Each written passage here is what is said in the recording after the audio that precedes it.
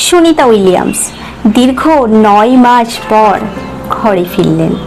এই কমাস তিনি নীলগ্রহের বাসিন্দা হয়েও পৃথিবীর বাইরে থেকে নীলগ্রহকে দেখেছেন। ভাবা যায়, জীবনের ঝুঁকি, বিপন্নতা এই সব কিছু উপেক্ষা করে উনি এতগুলো মাস ছিলেন মহাকাশের সেই ছোট্ট কুঠুরিটাই।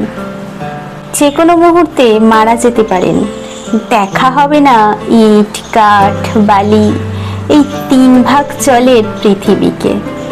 তবুও সুনিতা উইলিয়ামসরা ইতিহাস তৈরি করেন।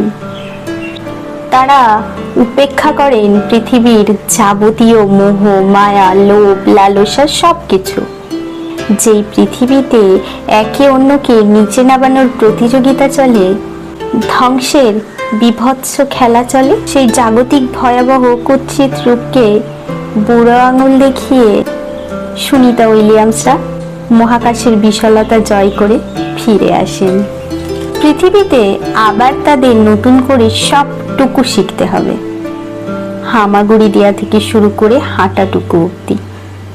এতগুলো মাস মহাকাশে থাকার ফলে শারীরিক অনেক কিছু পরিবর্তন ঘটেছে। তবুও সুনিতা উইলিয়ামসরা এই সব কিছু প্রতিকূলতা উপেক্ষা করে সবার আগে নিজেকেই আগিয়ে দেন।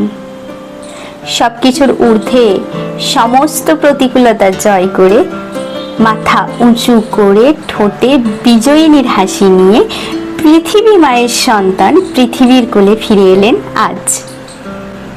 অনেক অনেক অভিনন্দন ম্যাডাম।